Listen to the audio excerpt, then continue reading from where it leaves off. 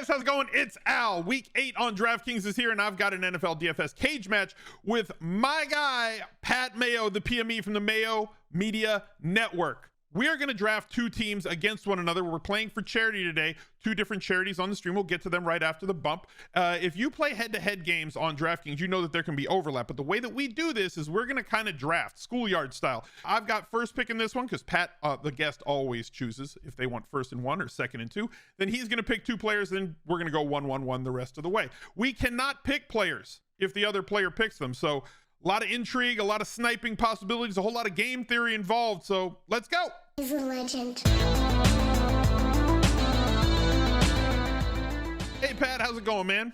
Oh, I'm doing well, Al. It's been a long time, really. It has been. I'm glad to have you back on the show. Welcome back. As I had mentioned in the open, we're going to be playing for two charities today. As always, I am going to be playing for No Kid Hungry, trying to raise $50,000 from the community on the season. If I win, Pat will have to donate $200 to No Kid Hungry. If you wanted to donate, go to smizzle.tv/charity. They provide school breakfast and lunches for food insecure kids across the United States, and I will be matching $10,000 for every $10,000 community raises up to $50,000 together. We could raise $100,000 on the year.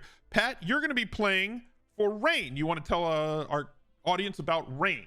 Yes, join RAIN today in the fight against sexual violence and provide support to those who need it most. Log on to RAIN, RAINN.org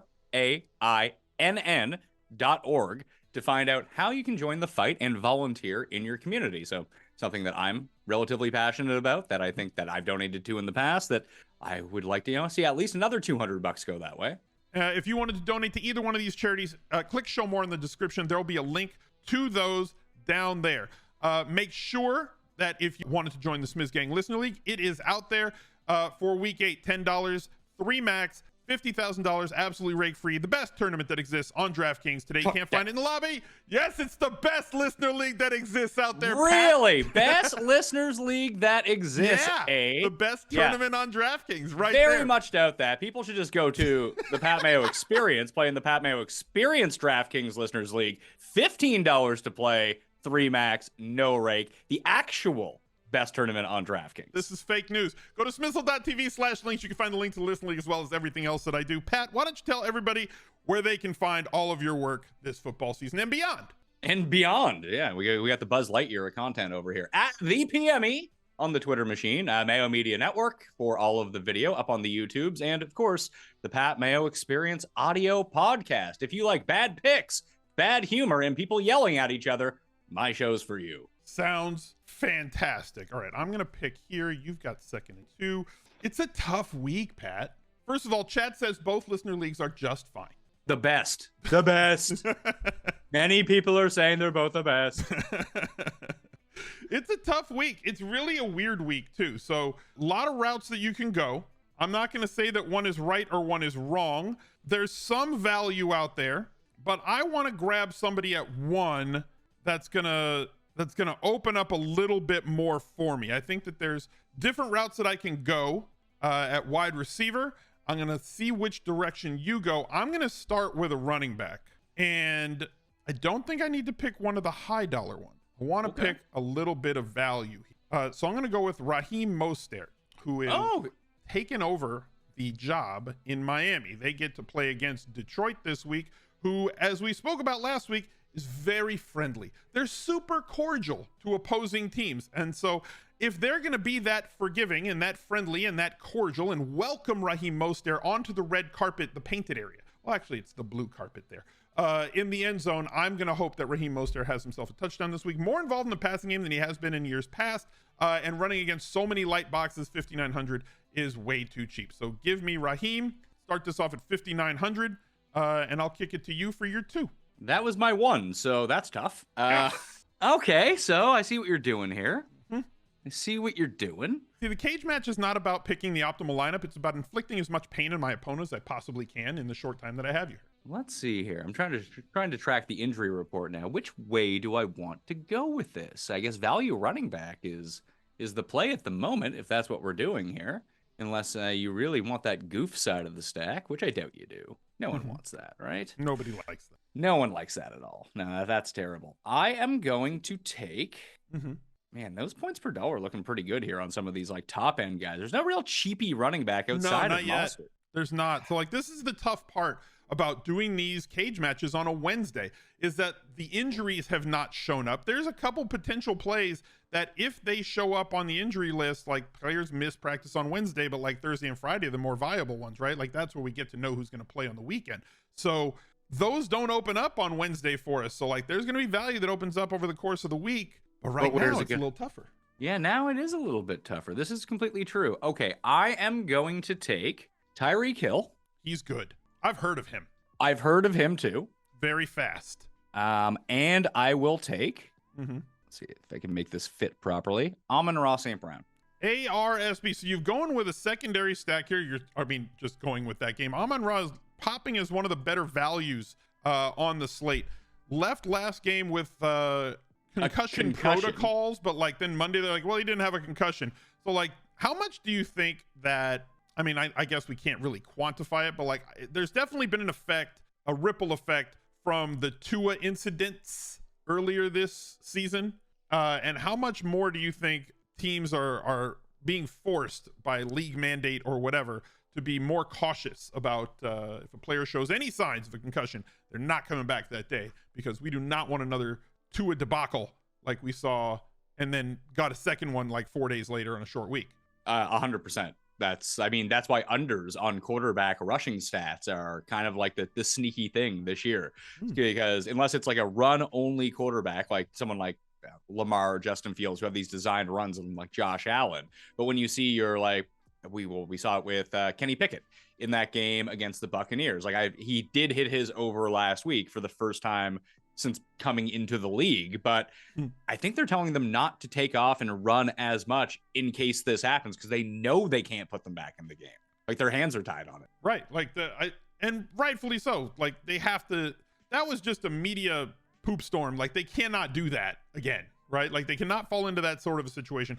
Anyway, this game does have a very high total. Both of these guys, extremely high target guys, and Tyreek Hill, obviously one of the best big play receivers of all time. You're spending up at wide receiver. Strong play, DraftKings full PPR with bonuses. It's a way to go. I'm not against it. I'm gonna do something that may be considered, but like I'm okay being stupid. Like Weird Al told us long ago that you kind of have to dare to be stupid. Usually I wait on this position because, you know, game theory and everything else. But I'm gonna take a 4K Sam Ehlinger. Okay. He ran for 1 million yards and 200 touchdowns his last 2 years in college. That right there gives me enough of a floor with him. Now, look, don't fact check me on those stats. Like, I'm close, though. So the fact that he has a rushing game to him, a component to his game, should, in my opinion, be able to negate at least a little bit the inefficiencies that this Colts offensive line has shown thus far this year. Matt Ryan is an absolute statue. Ehlinger is like the opposite of a statue. Now, he is either going to be running design runs, read option, RPO, whatever is in the playbook to, even if they're just moving the pocket on bootlegs, little waggles to one side or the other, they're going to get him moving in a way that you could not do that with Matt Ryan. And that could lead to maybe 40 yards rushing. And he does not have to do all that much for me. And on a week where we're a little bit starved for value, there's other value quarterbacks that are not bad, but like the extreme value of an absolute minimum price quarterback who's going to give me a rushing floor of, let's say, 4 or 5 points, does not have to do all that. If he gets 15 points this week, it's an absolute win. I looked into all this, like Sam Ehlinger, like rushing stuff. Maybe like the tape heads, they really grinded this one out. But like looking at the stats, it's not really impressive at all in terms of his rushing. Like his final year at Texas, he had 377 rushing yards on 113 attempts. Yeah, that's not great. But they ran him a lot. It's great. Saying... They also weren't good. Like this guy, like you want to talk about guys potentially going into concussion protocol. This guy is at the very top of that list this week. Look, I'm looking at this hairdo. I'm looking at this derpy smile that he's got. Like this dude's running this week. Like probably for his life a little bit, but that counts. I don't care if they win the game. I just need him to get me like 15 DraftKings points. That's it. No, so you're that confident in the rest of your picks. He looks like he also has a very strong neck. Oh, that's So, good. like, Maybe you can the wear head- maybe if you can he wear gets the hit- linebacker neck roll. Yeah, like an old Christian Okoye thing, right? That would be kind of cool. I'm intrigued at 4K. I've got him at 4K. I might have gotten caught in 4K. We're gonna find out with the rest of this lineup, though. I mean, I do have. I mean, my. We may have lost Pat. But There he is. in terms of points per dollar, it's him, and it's especially at quarterback. It's not even close. It ain't pretty, right? No. But it opens up a lot. Yeah, the difficult part of this week, in my mind, is what to do at running back. Like, if you want to pay up at receiver, like I have just done, where can you get that value at quarterback or at running back? And Raheem now Mostert.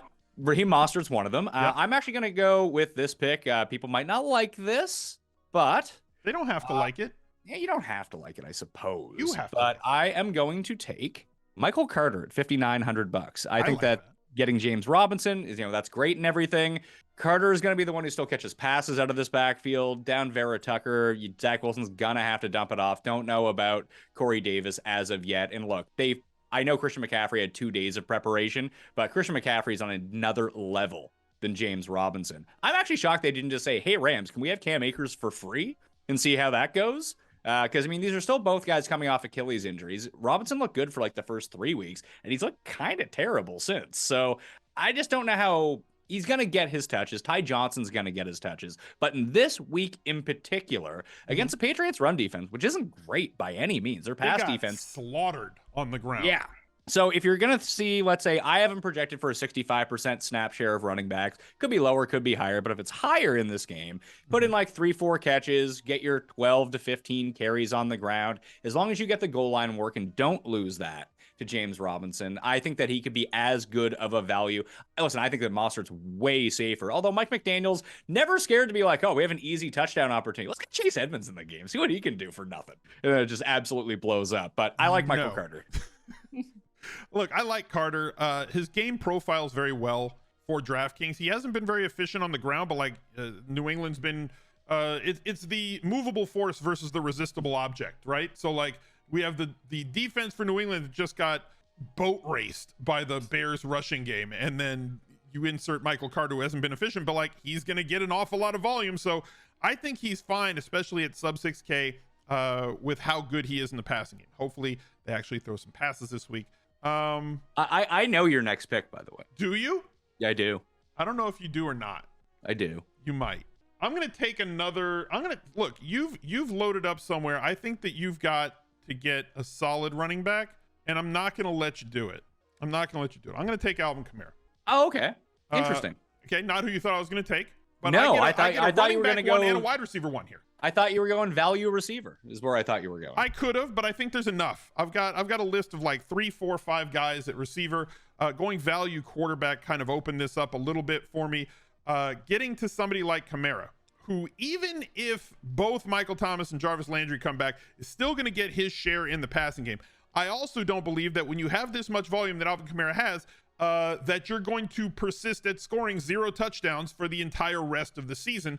So I know that Taysom Hill is the thing, but I'm going to bet on over 0 touchdowns rest of season on Alvin Kamara, and hoping that corrects a little bit this week with the massive amount of volume that he's had both on the ground and in the passing game for the Saints. You know that he is set up perfectly to do what he did, was it 2 or 3 years ago, where it's just like he'll have the 6 touchdown game at one point. Hopefully not this week against me, although I really like the Kamara pick.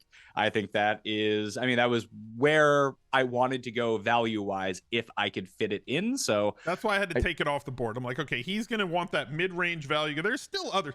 Running back is really deep this week. Yeah, it's a bit overvalued, though, is the thing. Like, you do have to pay up for who you want. Like, even the guys that had been in the mid 5s, low 5s over the course of the past few games are now like they bumped up a little bit. And there's no ETN on this slate that there's no like 5K guy that's going to get a lot of volume and really involved in passing game. But like you said earlier, the higher priced running backs are very tasty. Very tasty. So it's back to me, is it? Back to you.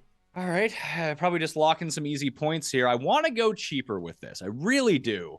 But in terms of my points per dollar, in terms of my rankings, in terms of my projection, and I think Matt Stafford only throws to white dudes, so I'll take Tyler Higbee.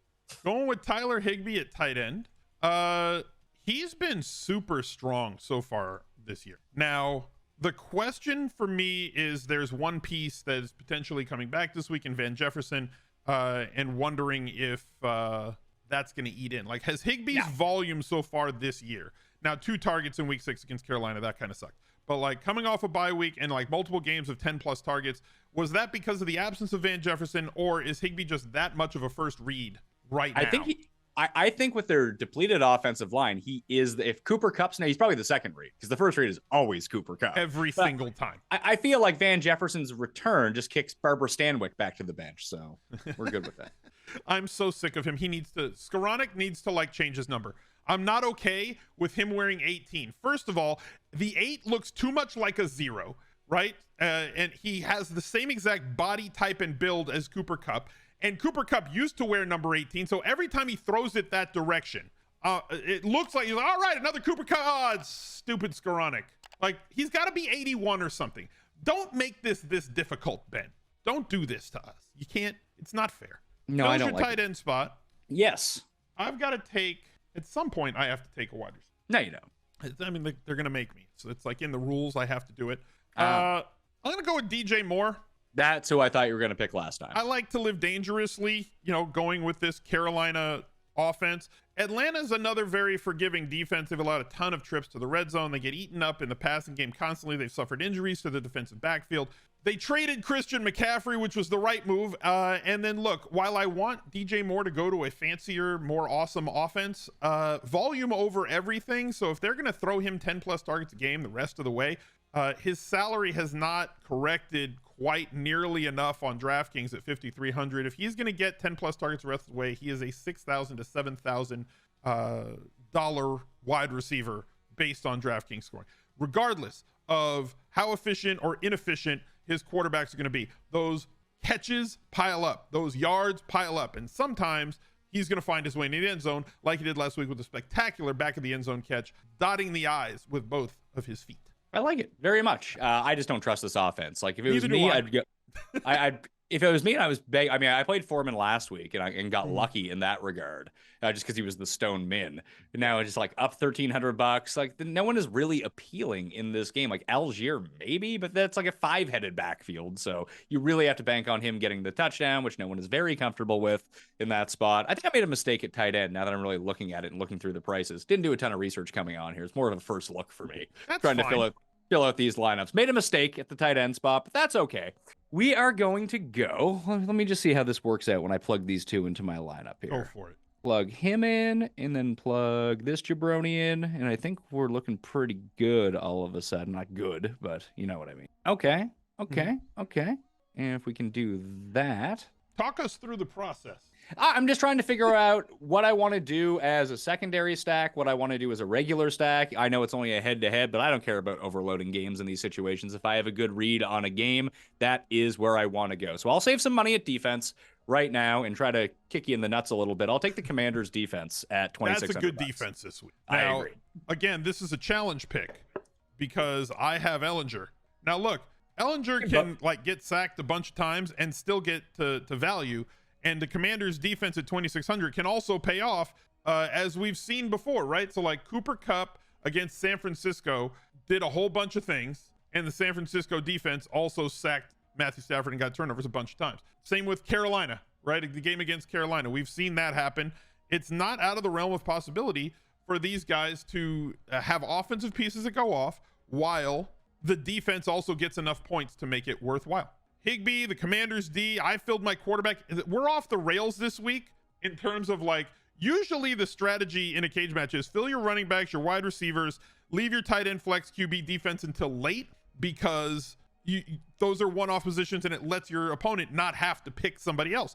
But this, I've been saying all along that this is a really, really, really weird week because of the teams that are off the slate, because the matchups are kind of ugly, because DraftKings has really tightened the screws on us so far this season in the sense that they've made it very difficult to find value, especially earlier in the week.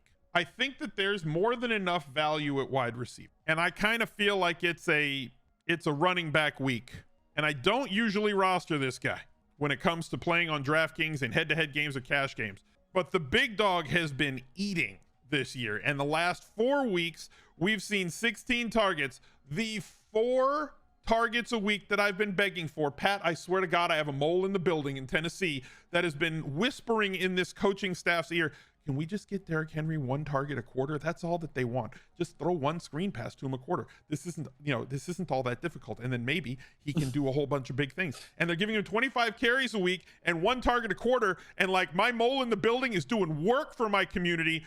Derrick Henry's 8,400 against Houston, who we are going to stream running backs against every single week. Cleveland, the other team we're streaming against, is off the slate. I'm going to take Derrick Henry. I'll fill my flex spot here and feel very confident that with 4,800 per player remaining, let me get that on the screen for the folks over at YouTube, and a defense in hand, that I can make the rest of this work. I think we can do it. I like it. If you can make the rest of it work, I just kind of fiddled around with my lineup here to try to figure this out a little bit. And I was trying to see, could I squeeze in a Henry or someone from the very top, Josh Jacobs, and try to get the other side of that game that you were going after. And I think I know what your secondary stack is going to be there. Because I really want to play like the Raiders stack, Raiders defense, but everyone just got too pricey in that situation. DraftKings has really tightened the screws. And not knowing how that's going to look come Sunday, like, you know, if you knew Waller was out, you could potentially use Moreau, but we don't know that. I want to have a 0 in my lineup. So it does force your hand in these situations just a little bit. So it's back to me. Back to you. You already drafted a quarterback, right? I agree with you on the island of Foster Moreau. Like, he is potentially a good value again this week, but not knowing about Waller until like Saturday, it's tough to pick him on a Wednesday. So I'm going to just blow up my lineup here and just go completely off the rails and just try to jam in some more studs here. And hopefully my correlation works out better than yours. I'm going to take Jalen Waddle. Jalen Waddle, the double stack. Look, if you're going to double stack anything, do it with the team every that single week, do it with the team that throws the ball to these big play wide receivers all the goddamn time, and against Detroit. Yeah. Like, this was my first look. My first look was a Miami double stack with, I forget if I used Amon-Ra St. Brown or if I used the tight end in that situation. But, like, obviously, if Tua's there, I like this offense better. And because he's back and now has, you know, he said himself he needs to get back up to game speed. The game was a little bit fast for him last week. But, like, that first drive, they looked phenomenal. Now, if he can carry that for the rest of the game after they get off of the scripted plays from the first drive or two, why not just script every drive? Can you just I suppose I hadn't considered that, but yeah, this was the first drive, and every quarterback's like 6 for 6 on the first drive. They rip off 8 yards per play every single play. Spend a little time scripting the second drive too. This was a Matt Nagy thing with Trubisky like 5 years ago. It's like, first drive Chicago was amazing, and then he sucks the rest of the game. You have 6 days between games more often than not. How about script another couple drives? Maybe they feel like they don't have to against the Lions defense. I think that they should, because against the Pittsburgh defense, they were kind of stinky after that first. But I love this Miami team. I think that the coach is doing a good job. I really think that Tua, after the head injuries, getting back into the speed of things is going to do things. So it's probably going to end up being who your quarterback is based on the rest of the build of your lineup. I kind of know where you're going. I can't stop you because I went with, Sammy. Big Sammy E. Big Sammy E. Going to do it all for me this week. So I need some wide receivers. Because I think you can still pick one. Yeah, you got a flex. You can take another. I got a flex spot open. You do have a flex. I can block you. I can do something really dumb. Do it. It's not really dumb. It's just mostly dumb. Oh, okay. Right? Like, I could go balance, or I could do the dumb thing. That's what I want to do the dumb thing. I'm doing the dumb thing. Let's both do the dumb thing. All right, let's do the dumb thing. I'm gonna go with Justin Jefferson. Woo-hoo-hoo! I'm gonna go with Justin Jefferson in this spot. Plug him in. 9,100. I have 3,400 remaining for a defense, a tight end, and a wide receiver. You know who's open all the time? Like, every time that he's out there on the field, there's nobody within 5 yards of him on a field. It's Justin Jefferson. Yeah, but that only works in half the game somehow. Yeah. I don't understand how that's possible, but it does. He is Kirk Cousins. I just ran the Sims over at runthesims.com. He is the most optimal player this week. Doing it. Let's go. I love it. I have none of the optimal plays, by the way. Classic me. I'm gonna go with Kenny Walker at $6,500. I know that it does appear like Travis Homer may return, but he's just been too good. And like He's we been even very saw good. the breakaway potential in garbage time last week. I really like this matchup a lot. And this is where I started to think through, like, I want someone, I want someone, you don't want to have all your guys at 2 or at 1 o'clock. You need to have that hammer coming at 4. Although these games have been severe letdowns. It doesn't feel like people are going to stack this game. Like, well, the Giants, they have these 83-yard drives for 3 yards ago and they run the ball a ton. All true, but the efficiency of the Seattle offense has been so good. Maybe that changes without DK. I don't know. Maybe Marquise Goodwin was the play in this game, but it feels like they know what they're doing with Ken Walker. They have the scheming to make this work. And the Giants' run D, sneaky bad. Yeah, they're not great. Like they're a good defensive team overall, but like they're winning games in the weirdest ways and right in the last second. Like it can't be sustainable. Like the way that they're winning games without any wide receivers. So like Ken Walker's solid. You know he's getting volume. Not a lot of usage in the pass game, but big time running back out of college. This was his profile. Big plays, breaking off big plays and big runs. And he has done that since being handed the job. So I've got Justin Jefferson. As you see, I have 3,400 remaining. I have to find some value. Don't do it. Why? Don't do it. I'm going to do it. Okay, let's hear it. I'm going to go with Van Jefferson at 3K. Oh, okay, good. Yeah. So I've got Van Jefferson going at 3K. That he is supposed to be back this week. I know it says big flashing IR there. Obviously, I could sub him out if I need to if he does not play in this game. I am fully expecting him to play. I don't draft for the angle shooting of I'm going to take a guy and then it holds a spot and I can do whatever. It's not like I'm going to find another 3K wide receiver that I think is good. I think Van Jefferson is actually good and a solid play at 3K and a good value against San Francisco. Obviously, they're a very good defense. Obviously, the Rams' offensive line has been terrible, but I need a cheap guy. I need somebody that I can just plug in this spot. And right now, that's Van Jefferson. So this is where I made my critical error this week. And I have to go search just to make sure here. Let's see. Playoff chances. Okay. So this is where I screwed up by taking Higbee. Although I like Higbee a lot. Now I need to fill my flex with an absolute scrub just to be able to squeeze in what I want to do here. So I'm going to, do my mini correlation here with Kenny Walker. I'm going to take Tanner Hudson in my flex at $2,500. Tanner Hudson. So this is the question. Who's going to be, you believe that it's going to be Tanner Hudson. Yes. Who the guy is going to be is definitely a question for the Giants. Like, is it going to be Hudson? Is it going to be the Myrick or whatever his name is? You know, Hudson has been the secondary option. Even when Bellinger went out a little bit earlier this year, it was Tanner Hudson in that same spot. Has that changed? Maybe. But I mean, Tanner Hudson, team preseason hero for years. The guy has extreme athleticism. And I just don't believe in it. I know the Seattle defense has looked better the past 2 weeks. I still don't believe in it. Yeah, I get it. I'm going to give you your quarterback here, and then I'll kick it back to me. I'll finish off with the one guy. You have $6,200 left for a quarterback that I cannot take away from you. So do you want to talk to me about Tua Tagovailoa? Well, I picked these other guys, Amon-Ra St. Brown, Jalen Waddle, and Tyreek Hill. So I thought about going with the goof and Josh Reynolds instead of doing the Tanner Hudson move. And then I was going to do Ken Walker and Wendell Robinson from that game. And maybe that was a more sensible solution. But I just really worry, and it's the same worry I have about Miami, is that when they get in close, they love to run the ball. And then all of a sudden, my guys aren't scoring touchdowns. The one key with Tua is that could happen, and Mostert could score you all the points. Edmonds could come in. But when you have Hill and Waddle, you have the potential for 60-yard touchdowns a lot. And that's how I need them to score in this game. Now, I have made a pure GPP lineup this week, and a bad one with a double tight end in my flex. But this is how I want to try to go out on the show. Go out with a blaze of glory. If Tua has 400 yards and 4 touchdowns, you're going to win. Yes.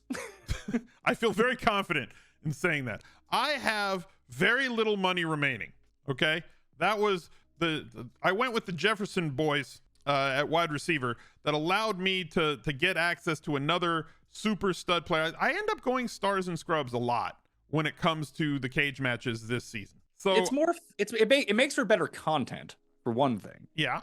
And like, did you really want to go Tua probably is like the quote unquote safe quarterback this week, unless Ellinger ends up becoming like one just because he's so cheap and allows you to do what you want to do. But you can go like Tua, Hill, I don't know, Barkley, Hopkins, Olave, DJ Moore. Like there's guys you can fill in here. For sure. I think that Fields is a viable cash game quarterback this week at 5,200 as well. I think that those were the 3 that I had written down. Tua at 62, Fields at 52, Ellinger at 4K. I really wanted to get to the full-on stars and scrubs, and like this is leaving me kind of in this range. And it's not pretty, right? It's not. But I'm going to go with the Jets defense. It was either the Jets or the Patriots defense in this range that I wanted to go with. So I'm going to go with the Jets defense, who have been good. They've been solid. The Jets team. We're either going to get Zappy or Jones, or the combination of Jones and Zappy, like we saw on Monday Night Football. The Jets doing a good job of rushing the quarterback. Great cornerback play right now from them. Lots of turnover potential. That leaves me with 4,300 for a tight end. You took Higbee. Chat, I will go down with this ship. I will not throw my hands up and surrender. I want Kyle Pitts at 4K. God damn it. One of these days he's going to catch 5 balls, and I want to be there when it happens. So I take Kyle Pitts. Have fun with that. Yeah, it sucks. I hate it here. But like one of these days, Chad is going nuts. How do I unsubscribe? They don't throw.